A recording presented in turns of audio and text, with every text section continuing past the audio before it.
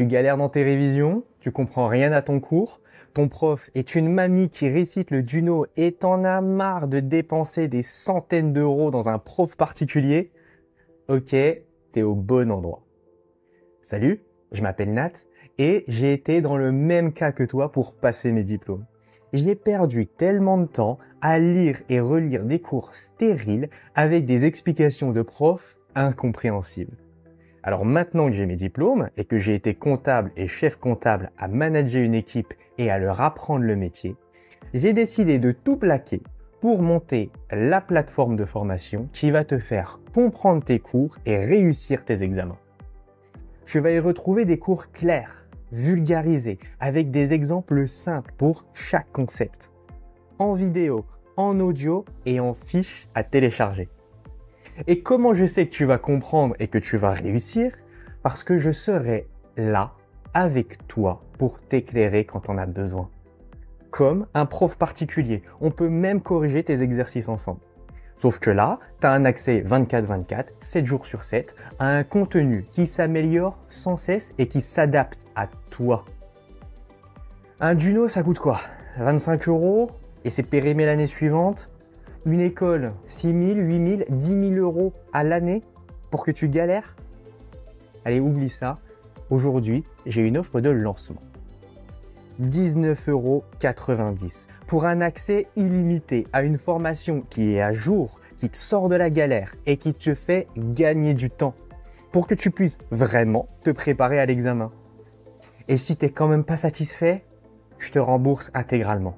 Et je crois pas que le Duno ou que les écoles fassent ça. D'ailleurs, je vais même faire mieux. Je vais te donner gratuitement un de mes cours. Alors pour te donner un boost à tes études et réussir ton UE du premier coup, clique sur le premier lien en description et on se retrouve sur la formation.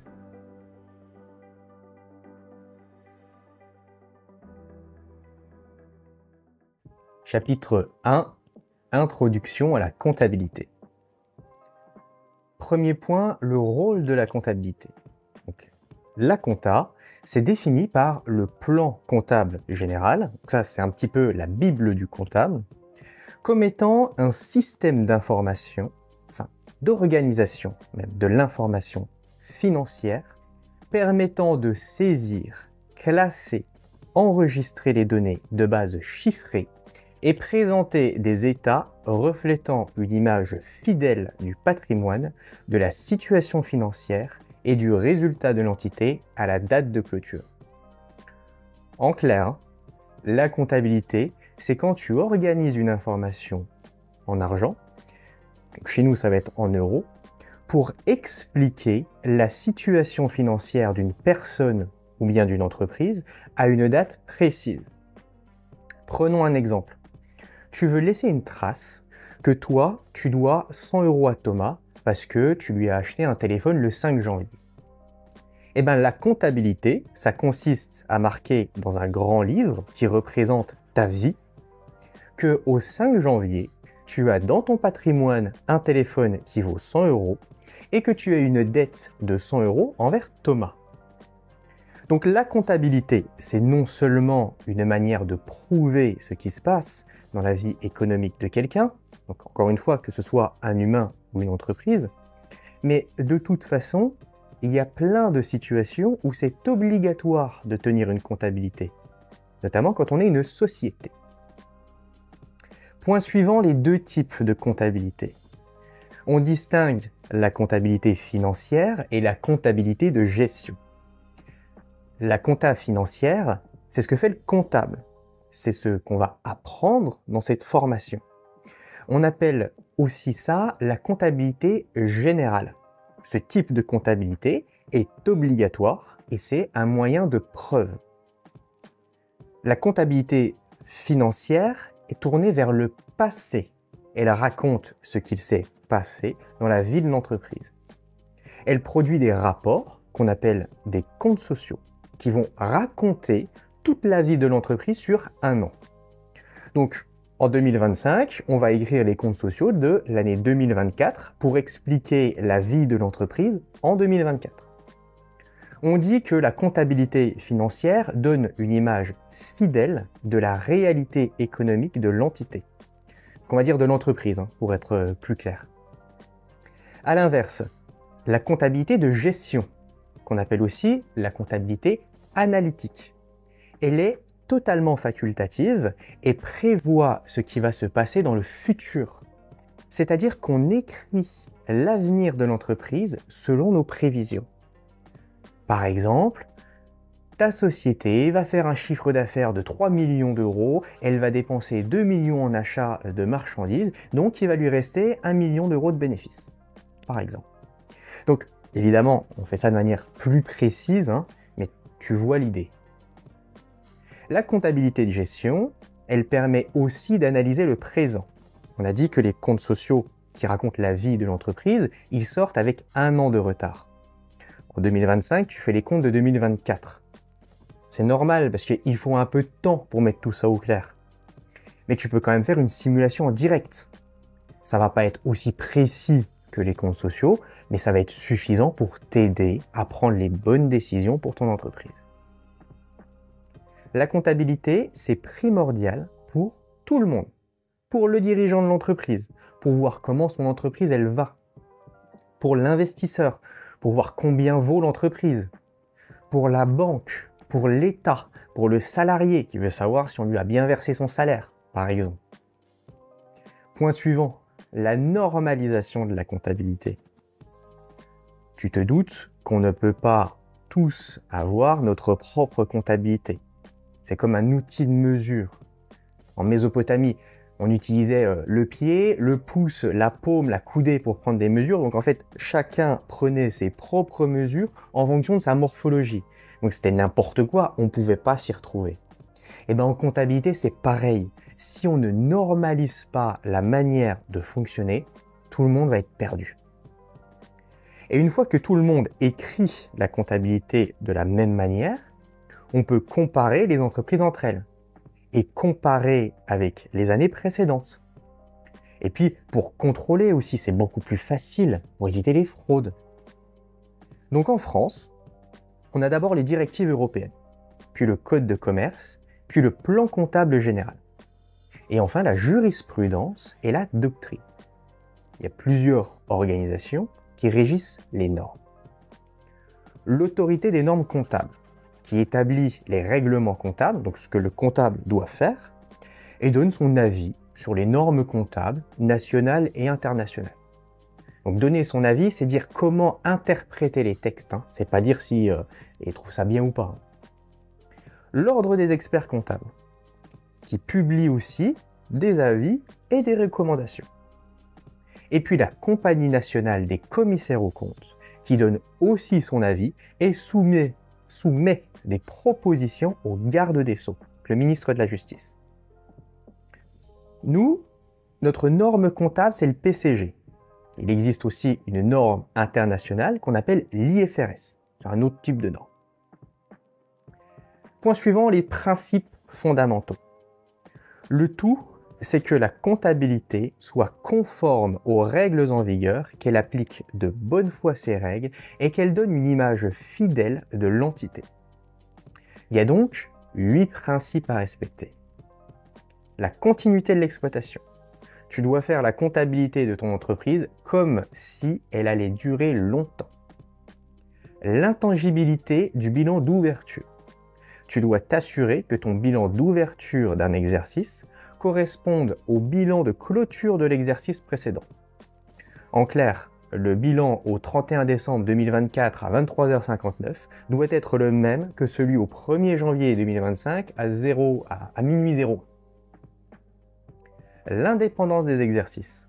Tu dois diviser le temps en périodes, donc en mois, en années, pour faire des rapports. La permanence des méthodes. Tu dois utiliser les mêmes méthodes comptables d'une année à l'autre. Le coût historique. Tu dois comptabiliser les biens à leur coût d'achat, pas à leur valeur actuelle. Par exemple, si tu as acheté un téléphone pour 100 € alors qu'il en vaut 300 € sur le bon coin, tu ne le comptabilises que pour 100 € et tu l'as acheté 100 €. L'importance relative. Tu dois comptabiliser uniquement les informations pertinentes et utiles sans tenir compte des petites omissions ou inexactitudes qui ne sont pas importantes. la prééminence de la réalité sur l'apparence. Tu dois enregistrer et présenter les opérations en tenant compte de leur réalité économique et financière et non uniquement de leur forme juridique. La prudence. Tu ne dois pas surestimer ce que tu prévois de gagner ou sous-estimer ce que tu risques de perdre. Point suivant, la nomenclature. La comptabilité consiste à mettre des chiffres qui représentent de l'argent dans des cases. Comptabilité, on appelle ça des comptes. Si tu mets 100 € dans ta case téléphone, ça veut dire que tu as un téléphone acheté 100 €. Si tu mets 100 € dans la case Thomas, fournisseur de téléphone, ça veut dire que tu dois 100 € à Thomas. Il y a 8 types de comptes, donc 8 catégories de cases qu'on va aborder tout au long de la formation. Pour le moment, pas besoin de les lister. Tous les comptes, donc toutes les cases où on range les chiffres, ont un numéro. Par exemple, le 607, c'est le numéro de compte pour ranger les achats de marchandises. Le 707, c'est le numéro de compte pour ranger les ventes de marchandises. Il y a toute une codification logique qu'on va aussi aborder dans cette formation au fur et à mesure. Point suivant, la technique. Donc la comptabilité consiste à classer des chiffres dans des cases, qu'on appelle des comptes, et qui ont tout un numéro. Imagine maintenant que tu as une partie de ces comptes à ta gauche et l'autre partie à ta droite.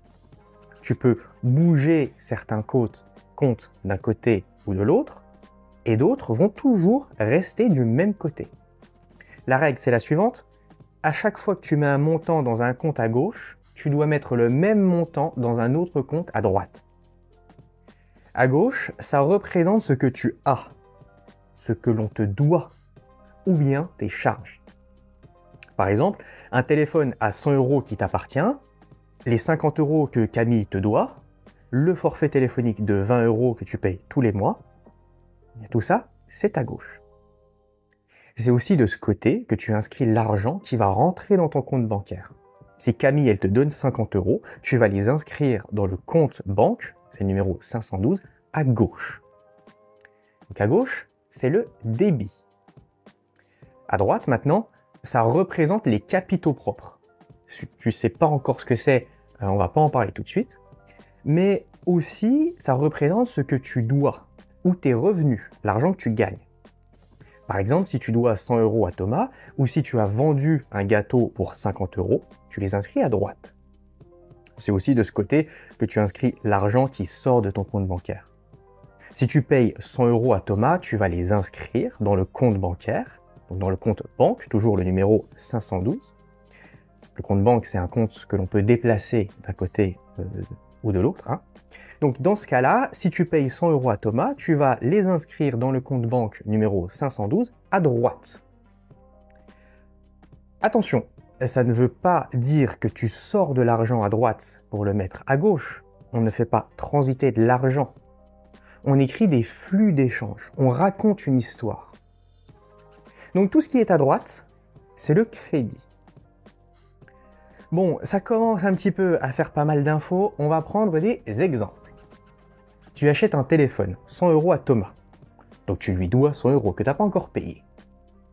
Tu mets 100 € dans le compte téléphone à gauche, ce que tu as. Et 100 € dans le compte Thomas, fournisseur de téléphone, à droite. D'un autre côté, Camille te doit 50 € parce que tu lui as vendu un gâteau. Tu mets 50 € dans le compte Camille cliente à gauche, ce que l'on te doit, et 50 € dans le compte gâteau vendu à droite, revenu, argent gagné. Même si tu n'as pas encaissé l'argent encore, c'est de l'argent que tu as gagné, on ne te l'a pas donné, mais on doit te le donner, donc tu l'as gagné. Autre point, tu payes ton forfait téléphonique de 20 €, tu mets 20 € dans le compte forfait téléphonique à gauche, car c'est une charge, et 20 € dans le compte bancaire à droite, car c'est de l'argent sorti de ton compte bancaire. Alors on termine par deux cas techniques. Camille te paye les 50 € qu'elle te doit. Dans ce cas-là, tu mets 50 € dans le compte banque à gauche, argent rentré dans ton compte bancaire, et 50 € dans le compte Camille cliente à droite pour annuler ce qu'elle te doit. Parce que dans le compte client, enfin Camille cliente, on avait déjà 50 € à gauche, au débit, pour représenter l'argent qu'elle te devait. Mais si elle ne te doit plus cet argent parce qu'elle t'a payé, le seul moyen de solder ce compte, donc de revenir à zéro, c'est de rajouter le même montant à droite au crédit. Parce que le solde d'un compte, c'est le débit moins le crédit. Donc si tu as dans le même compte 50 € à gauche et 50 € à droite, tu as un solde de 0 €. Et donc, on comprend en lisant le compte Camille cliente que Camille te devait 50 €, puis elle t'a payé et donc elle ne te doit plus rien aujourd'hui. Donc c'est ça la comptabilité. Ça va te permettre de pouvoir lire une histoire en lisant les comptes.